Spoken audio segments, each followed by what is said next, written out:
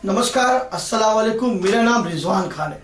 आज मैं आप लोगों को नागमणि का सच बताऊंगा। क्या है नागमणि का रहस्य? आपने बहुत सी फिल्मों में, वीडियो में, यूट्यूब के ऊपर देखा होगा नागमणि के बारे में। बहुत सी बातें भी सुनी होगी, बहुत से रहस्य सुने होंगे और बहुत से भ्रम, काल्पनिक बातें भी सुने होंगे। लेकिन आज मैं आप लोगों को नागमणि के पीछे का सच बताने की पूरी कोशिश करूंगा। जो नागमणि के बारे में लोगों ने अंधविश्वास फैला के रखा है वो एक अलग, जो कुछ मैं किताबों से या शास्त्रों से मैंने प्राप्त किया वो अलग। मैं आज आपको बताऊंगा कुछ आधुनिक और पौराणिक जिनसे मैंने जो प्राप्त किया वो आज मैं आपको बताऊंगा कि वाकई में नागमणि के बारे में लोगों की क्या धारणा है और क्या है। अब जो मैं बता रहा हूं उसके बारे में मैं ये नहीं कह सकता कि मैं सच कह रहा हूं या गलत, लेकिन जो मैंने पढ़ा, जो मैंने जाना, जो मैंने सुना उस बारे में मैं आपको जरूर बताऊंगा। नागमणि के बारे में कहां तक आपको अच्छा लगता है ये तो आपके ऊपर है, लेकिन नागमणि का जो रहस्य है मैं आपको पूरी तरह से बताने की कोशिश करूंगा ताकि लोगों को कुछ जानकारियां मिल सके। जी हाँ, नागमणि का जो पीछे का सच क्या है मैं आपको पूरी कोशिश करता हूं बताने की। नागमणि एक ऐसी चीज होती है जिसको भी मिल जाए वो आदमी रातों रात अमीर, करोड़पति और मालामाल हो जाएगा और वो दुनिया की हर शक्ति का मालिक बन जाएगा। वो क्या करना चाहे वो कर सकते हैं। लेकिन क्या ऐसा होता है?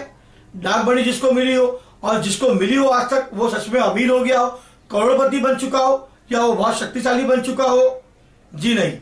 इन सब बातों के बारे में जानने के लिए पहले उसकी सच्चाई को जानना बहुत जरूरी है।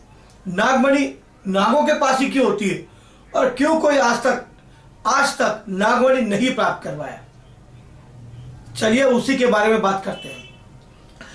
नागमणि एक मोती के आकार की होती है और जिन सांपों में मिलती है वो इंडोनेशिया, मलेशिया में पाए जाते हैं और आसाम में भी मिलेंगे आपको। इन्हें कोबरा पर्ल या नेचुरल पर्ल के नाम से भी जाना जाता है। इनका आकार और डिजाइन कुछ फिश के पर्ल के मिलता जुलता है। कुछ आपने कहानियां भी सुनी होगी जो इनसे मिलती जुलती है कि नागमणि उन सांपों को मिलती है जो 1000 साल तक, या इच्छाधारी सांप होते हैं, या 100 साल का सांप होता है, या वो नागराज है। सभी के सांपों का राजा जो है वो वाकई में 100 साल पुराना सांप होता है, उसे नागराज कहते हैं। अब बात करते हैं नागमणि दिखती कैसी है। नागमणि जो है वो देखने में एक छोटी सी मोती के आकार की होती है। कुछ लोगों का तो ये भी कहना है कि नागमणि ऐसी होती है, वैसी होती है, या कोई कहते हैं चावल के दाने के आकार की होती है, कुछ कहते हैं बड़ा हीरा होता है। सबकी अपनी अपनी सोच, लेकिन अगर देखा जाए तो दोनों बातें कुछ हद तक जुड़ी हुई है। जी हाँ, कहीं ना कहीं एक दूसरे से ये जुड़ी है। जैसे जैसे नागमणि की उम्र कहते हैं बढ़ती है वैसे वैसे उसका नागमणि का आकार भी बढ़ता जाता है। जी हाँ, लोगों का कहना है कि नागमणि में इतनी चमक होती है कि एक अंधेरे कमरे को भी रोशन कर सकती है। यह बात सही है। जैसे जैसे उसकी उम्र बढ़ती है उसकी रोशनी भी बढ़ती चली जाती है। वैसे तो नागमणि को लेकर अलग अलग, सबकी अलग अलग सोच है। कुछ लोग कहते हैं ऐसा कि स्वाति नक्षत्र में बारिश हो रही थी तो जो बारिश की जो बूंदें होती है वो सांप के मुंह में चली जाती है, वो मणि बन जाती है। और कुछ लोगों का ऐसा मानना है जब स्वाति नक्षत्र में ओस पड़ती है उस पानी से नागमणि बनती है। सच तो कुछ और ही है। जी हाँ, अब ये बात आती है कि अगर ये सब बात सच नहीं है तो आखिर सच क्या है? क्या सच में नागमणि होती है? क्या ये बस सिर्फ एक काल्पनिक बात है, एक कहानी है, या हमारे मन का वह? अगर सच है तो क्या बात है, कैसे होती है? हम सिर्फ सुनते चले आ रहे कि नाग होता है, नागमणि होती है, इच्छाधारी सांप होते हैं, 100 साल पुराने सांप होते हैं। तो आज तक हम इस बात का सच क्यों नहीं पता कर सके? कोई क्यों नहीं देख पाया नागमणि को? कुछ लोगों की बात अगर हम मानते हैं तो नाग अपनी मणि को अपने सिर पर रखकर घूमता है और जब वो उसकी बूंद को पीता है, नाग अपने मस्तिष्क पे रख के, और कोई आदमी उस टाइम देखता है कि अरे नागमणि इसके सर पर है, तो कहते हैं कि वो करोड़पति हो जाता है। दो नाग है, नाग नागिन प्यार करते हैं तो उसमें लोग कपड़ा डाल देते हैं तो बोलते हैं अरे अब हमारी मनोकामना पूरी जाएगी उस कपड़े में। और कोई कहते हैं कि 100 साल तक तपस्या करने के बाद नाग में नागमणि आ जाती है। फिर नाग बिना कुछ खाए पिए जिंदा कैसे रहता है अगर नागमणि उसके अंदर है? लेकिन कहते हैं कि नाग जब बूढ़ा हो जाता है, बोलते हैं ऐसा, तो चल भी नहीं पाता, चल नहीं पाता, तब उसको नागमणि मिलती है जिसकी मदद से उसमें शक्ति आ जाती है और वो अपना खाना हासिल करता है और चलता है। लेकिन असल में अगर देखा जाए तो सच्चाई कुछ और है, जो सच आज तक आपने नहीं सुना होगा नागमणि के बारे में। ये बात सच है कि नागमणि होती है, और यह भी है कि नागमणि उन नागों के पास होती है जो सांप चल फिर नहीं पाते।